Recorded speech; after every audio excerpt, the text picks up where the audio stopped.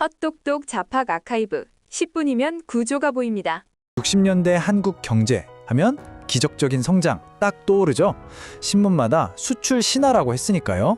근데 오늘은요, 그 빛나는 성공 뒤에 가려져 있던 좀 다른 페이지를 한번 넘겨보려고 합니다. 한 사람의 목소리를 통해서 말이죠. 자, 이 이야기의 가장 중심에 있는 목소리부터 한번 직접 들어볼까요? 오늘 우리가 살펴볼 모든 이야기의 무게가 사실 이 한 문장에 다 담겨 있어요. 영웅도 운동가도 아닌 그냥 한 사람이었던 그녀의 이야기 말입니다. 이 화면이 당시 상황을 정말 극명하게 보여주는 것 같아요. 국가가 크게 외치던 이야기랑 그걸 실제로 살아내야 했던 사람들의 현실, 그 사이의 간극이 정말 어마어마했죠.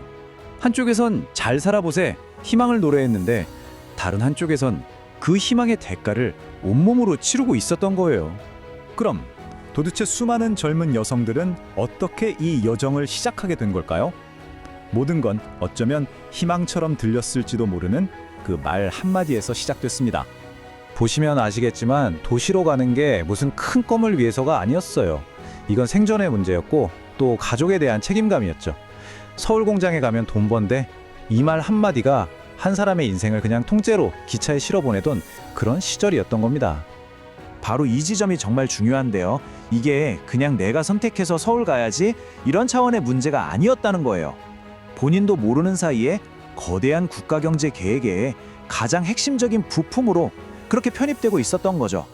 자, 그럼 그녀가 들어간 그 시스템, 그 공장들은 도대체 어떤 논리로 움직이고 있었을까요? 그 동력은 뭐였을까요? 공장들이 왜 그렇게 어린 여성들로 가득 찼는지 여기엔 아주 구체적인 이유가 있었어요. 그리고 그건 정말 차가운 경제적 계산이었죠. 여자 손이 더 빠르다, 여자는 말을 잘 듣는다, 이 말 뒤에 숨겨진 진짜 뜻이 곧 드러납니다. 바로 이거였습니다. 진짜 의미는 임금을 조금만 줘도 괜찮고 언제든 쉽게 다른 사람으로 바꿔도 되는 사람들. 이게 당시 산업 전략의 핵심이었던 거예요. 사람은 기계보다 싼 대체 가능한 자원이었던 거죠. 이 국가의 성장 공식 정말 간단 명료하지 않나요? 목표는 딱 하나, 달러를 버는 것. 방법은 노동력이 많이 필요한 경공업.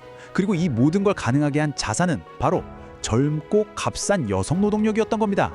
마지막 논리가 핵심이죠. 우리가 기계보다 쌌다. 자, 그럼 다시 그 거대한 국가 계획에서 한 개인의 하루, 아주 작은 일상으로 한번 들어가 보죠. 공장에서의 하루는 과연 어땠을까요? 시계가 그냥 모든 걸 지배했다고 보면 됩니다. 이 타임라인을 한번 보세요. 새벽 5시에 일어나서 밤 9시 11시에 일이 끝나요. 깨어있는 모든 시간이 사실상 공장에 묶여 있었던 거죠. 심지어 점심시간조차 식사가 아니라 그냥 입에 음식을 넣는 행위였다고 표현할 정도니까요. 가장 길게 일할 때는요, 하루에 무려 16시간. 정말 깨어있는 시간 전부를 공장에서 보낸 셈이죠. 몸이 망가지는 건 당연한 수순이었죠. 손목이 붓고 눈이 침침해지고, 근데 쉴 수가 없었어요. 육체적인 고통보다 더 무서웠던 건 바로 일자리를 잃을 수 있다는 공포였던 겁니다. 내가 하루 아프다고 쉬면 내 자리가 그냥 없어질 수가 있었으니까요. 그렇게 힘들게 번 돈은 다 어디로 갔을까요? 자기 혼자 쓰기에도 부족했을 텐데 월급의 대부분은 고향집으로 보내졌습니다. 기숙사비 내고 생필품 사고 나면 정작 자기 자신을 위해 쓸 수 있는 돈은 거의 없었던 거죠. 그럼 이 시스템은 대체 어떻게 수많은 사람들을 이렇게 통제할 수 있었을까요? 이 표를 보면 정말 치밀했다는 걸 알 수 있어요. 이름 대신 번호로 부르면서 개성을 지우고 실수하면 모두 앞에서 망신을 주고 다쳐도 라인은 멈추지 않았고요. 혹시라도 노조 같은 단어를 입에 올리는 순간 그 사람은 그냥 사라지는 거였습니다. 이 문장이 당시의 상황을 정말 압축적으로 보여주는 것 같아요. 침묵. 그건 그냥 성격이 조용해서가 아니었습니다. 살아남기 위한 유일한 방법이었던 거죠. 자, 이제 마지막 부분입니다. 이 모든 이야기들이 우리가 알고 있는 그 위대한 경제 성장 스토리를 어떻게 다시 보게 만드는지 한번 정리해 보겠습니다.